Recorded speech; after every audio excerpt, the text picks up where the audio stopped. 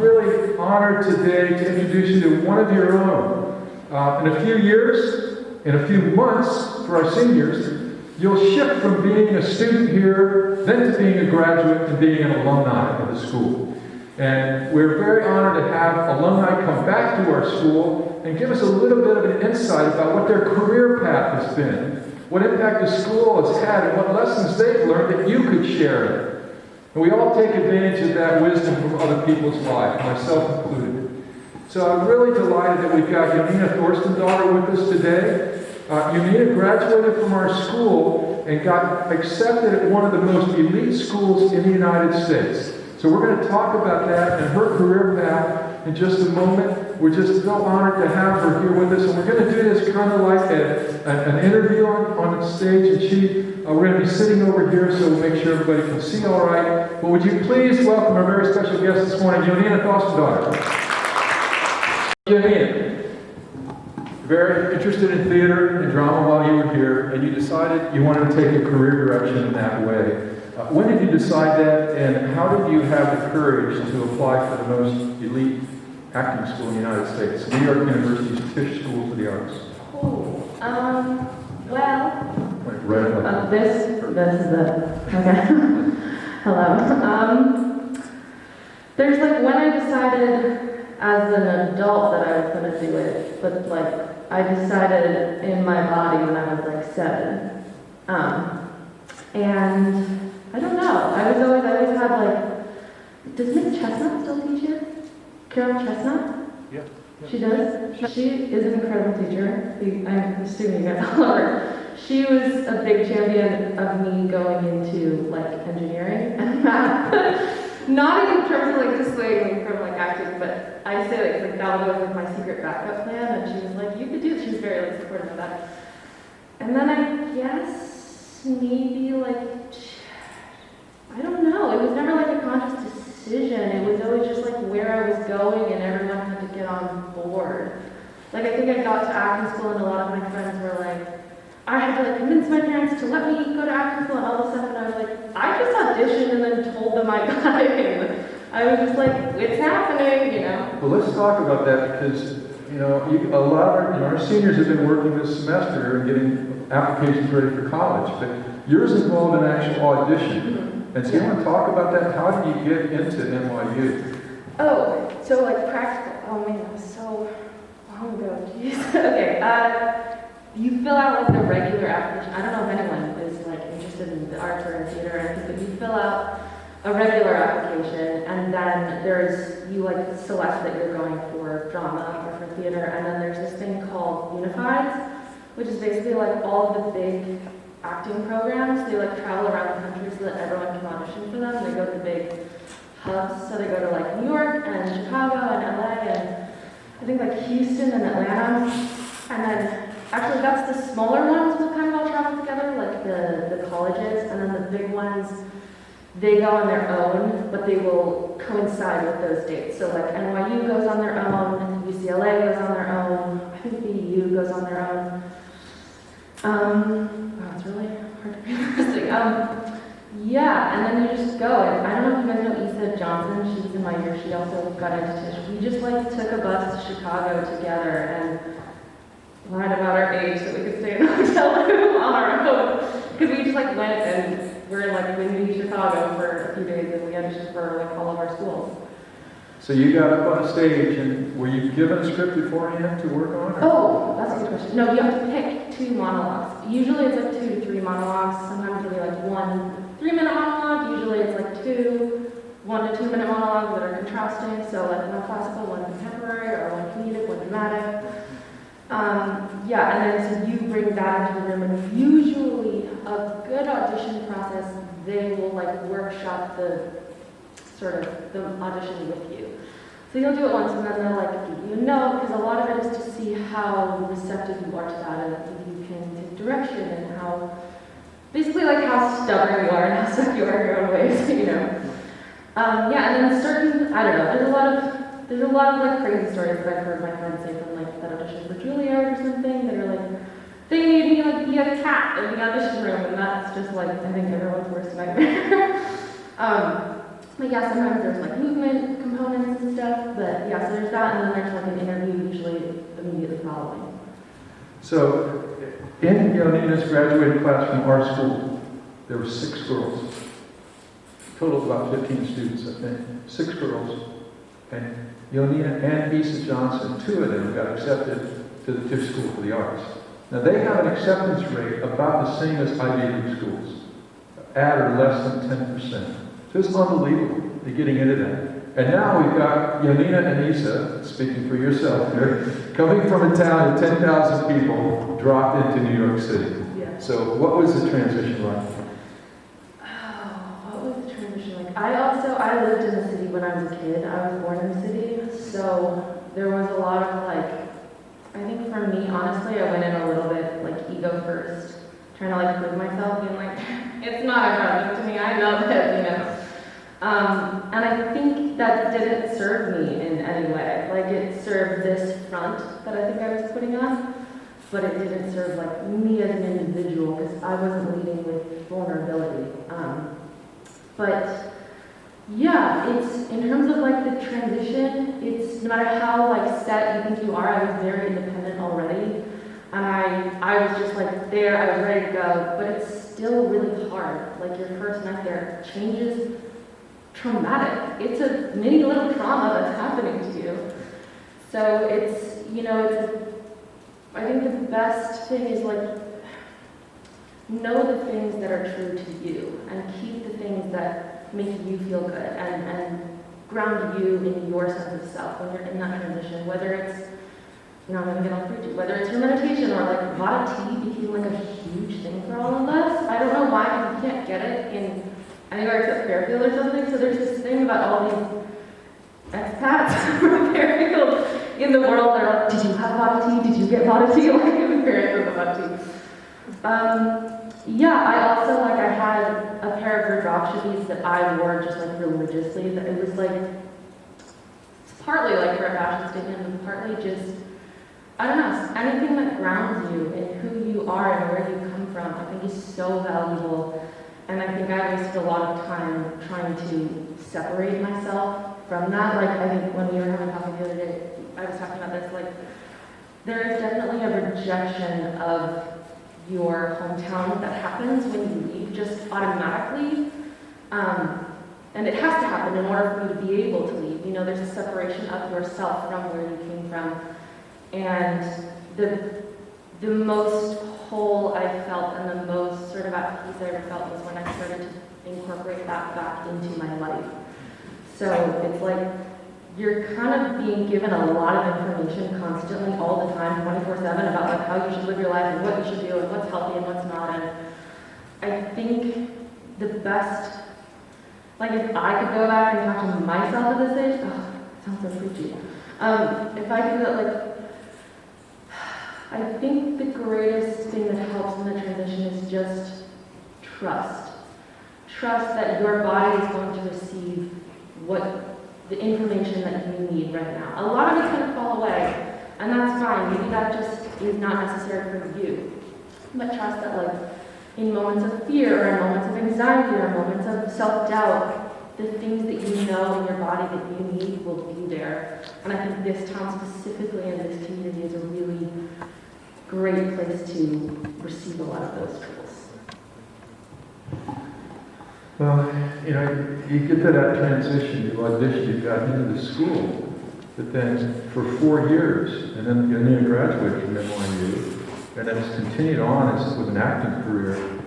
I mean, those auditions don't stop then. And each time you're putting yourself out, and somebody else is judging you, right? They're saying whether you're fit or not for this particular role. Talk about how you handled that process and maybe how it might have changed over time. Yeah, I think it's definitely changed because, you know, I went into it with every audition being like I don't know, in some ways it's a quest for validation. It's like, do you want me or do you not? And that will just derail you so fast. That like nothing will kill you like that. So I think the best sort of understanding that I've found in regards to all of it is I was having a conversation with Shelley Fulcher the other day, and there was like 4 tenets of life. One is like, be a good person. One is like, don't take things personally. And like that's kind of the biggest thing. I kind of had to like have a paradigm shift about when I go into a room to audition for something, I don't need anything from them. And it takes a lot of, like I said, grounding in your sense of self and grounding in an understanding of what you, like capital Y, you have to offer. Not like, do I fit the part? Is my hair right? Like, is my outfit right for the part? Like, is this the interpretation that they thought they wanted? You know, because you will just run around in circles in your head if you're kind of like focusing on that. So it's more about who am I as a person? When you strip everything away, when you strip away the glitz and the glamour and everything that is affected, my resume or where I live or this aesthetic or my white hair, you know, like whatever, you just take all of that away. And who am I naked underneath all of it? And I mean like emotionally naked underneath all of it. And when you get clear on that, that becomes something that's exciting to share. And it becomes, the audition becomes about giving something and sharing something and communicating with another individual in that room or whoever it is, the casting director or the network executives or whatever it is. And it's like you walk out of those rooms rather than feeling like nervous and being like, oh my God, I messed up that one word, or like, oh God, I didn't get to like cry exactly the way I wanted to in that one moment. Which will kill you. It's a sense of gratitude almost because something honest happened in that room. And that's the only thing that matters. And if you're not what they're looking for, that says nothing about you. It just wasn't a match, you know, it's not that a role got taken away from me, that just wasn't my role. And I think we were talking about this, I had a really big epiphany recently. I was in LA and I was auditioning to host a podcast, and I got through all the way to like the final round of callbacks, and I remember starting to have some anxiety because the people that I was reading with, like the people that I was auditioning like to co-host, they were very much like, okay, so I'm an actor and like here's my flair and oh my God, like this is what's unique about me, and like they were very good at like slipping in that thing and being like, I'm a really good podcast host, and like oh my God, a lot of like lame kind of like cheap jokes. And that like wasn't at all what I was bringing into the room. And I had the thought of like, okay, that's what they want, maybe that's what I have to give them. And then I immediately realized like, because I really enjoyed connecting with new people, and it was called, the podcast is called Single and Searching. And it was about like young people who are interested in discussing love and vulnerability, and that's so exciting to me. And the way that I think it's best to approach that is through actually a lot more silence than I think most people would anticipate. And I don't mean like dead air, I mean just like holding space for somebody, like a guest, to actually get vulnerable and explore themselves and learn something about themselves while they're in the studio. And that wasn't what anyone that I was like reading with was bringing into the room. And I had a moment where, before I went into like the final round of callbacks, where I was like, I was like, that might be what they want. So let's say I can either go in as my authentic self, gently and a little more quiet, or I can try to put that, and if they want, I can go in as myself, and if they want that, amazing, and if they don't, fine. Or I can try to put on this thing, because I can definitely like throw that on, you can turn that on in a second. And I was like, I can go in as this sort of like really high energy thing, which I also like am naturally, you know. But I realized I was like, if I throw on a front and I sell myself as this thing that isn't actually like grounded in myself and like effortless in myself, let's say I do get hired, I'm gonna get fired so fast. Because it's a long-term thing, it's a whole season they want to shoot, it's like a bunch of episodes, and it like a contract means nothing, they can fire you in a second. And I was like, oh, so no matter how I slice it, if I don't go in as myself, I don't get this job. It's like that you might think that you do, but you won't inevitably. And I think Brie Larson, who plays like Captain Marvel, I think she was saying the same thing. She was saying like, she had auditions where she was like, you just have to go in as yourself. She was like, because I have lied in rooms, and I have been like, yeah, I'm totally fine with and I'm totally comfortable with that. This is what I'm about, like, to be in line with what you're about. And she was like, and then I got on set, and it was a disaster. I was like, I don't belong here, and I don't feel comfortable, and it, like, fell apart immediately. So, I don't know, there's this thing of, like, if I can just pretend long enough, they won't see that I'm not what they want, and that just, throw that in the garbage. That's nothing. Well, you know, not many of us are going to audition time after time after time, right? That's probably not the path that most anyone in this room is going to take. So how does that apply to us? In every relationship, especially if you're going off to college. I think that the message that Jonina is sharing with us is something about self-knowledge and self-acceptance, and also about openness, receptivity. What can I get from this relationship? What can I give to it, and what do I get to gain from that?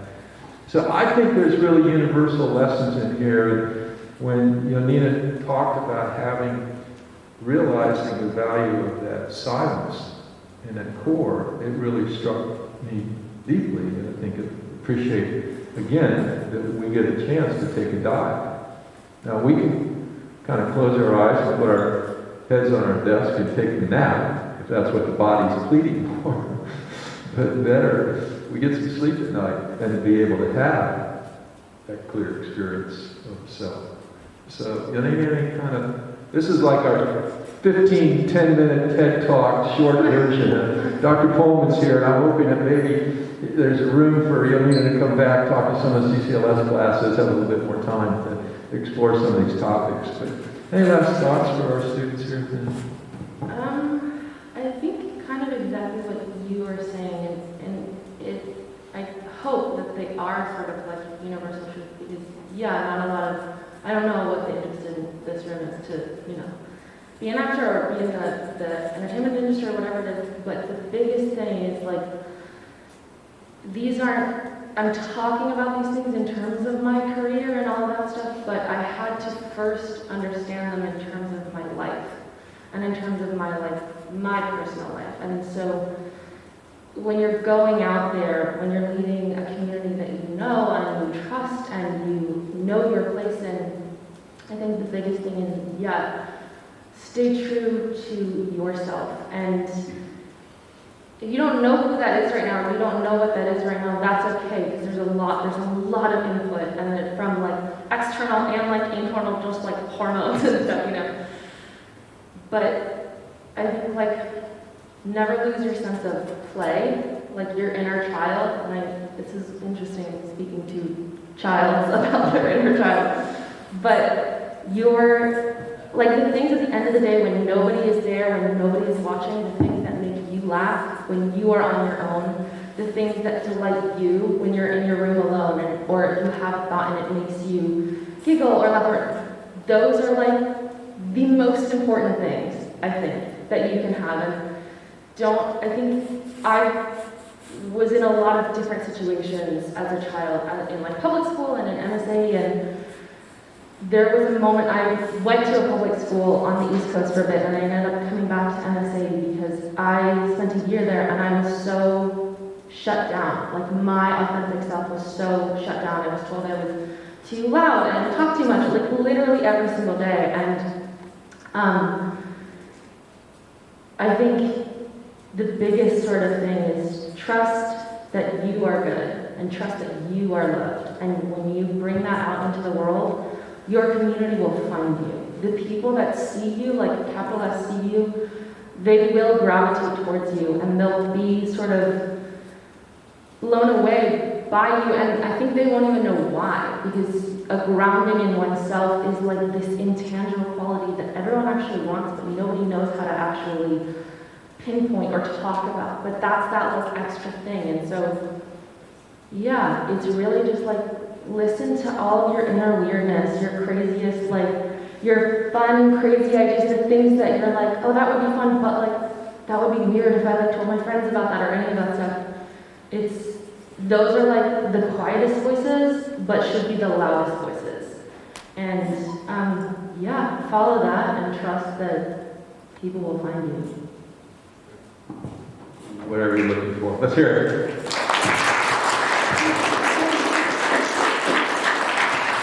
Thank you, Jonina. We'll continue to have alumni come, and they'll have different stories to tell and different angles and perspectives on life. But what a pleasure to have you here and reflecting, and just in these very few minutes, it's really exceptional life, and trying out for performing in New York City and Los Angeles, but then the appreciation that Jonina has for our home here in Fairfield as well. So really grateful that you're able to be here for a while. And that's another unique thing about this time is that a number of our alumni are in town where they ordinarily wouldn't be. So we'll try to take advantage of that and turn this situation into a positive. So we're about 5 minutes late. I hope we can extend a little 5 minutes from lunch, and we'll get started here. But once again, a Halloween party on Saturday night, and voting tomorrow, and research candidates. And if you will, please, one last thank you for Jonina for being here with us.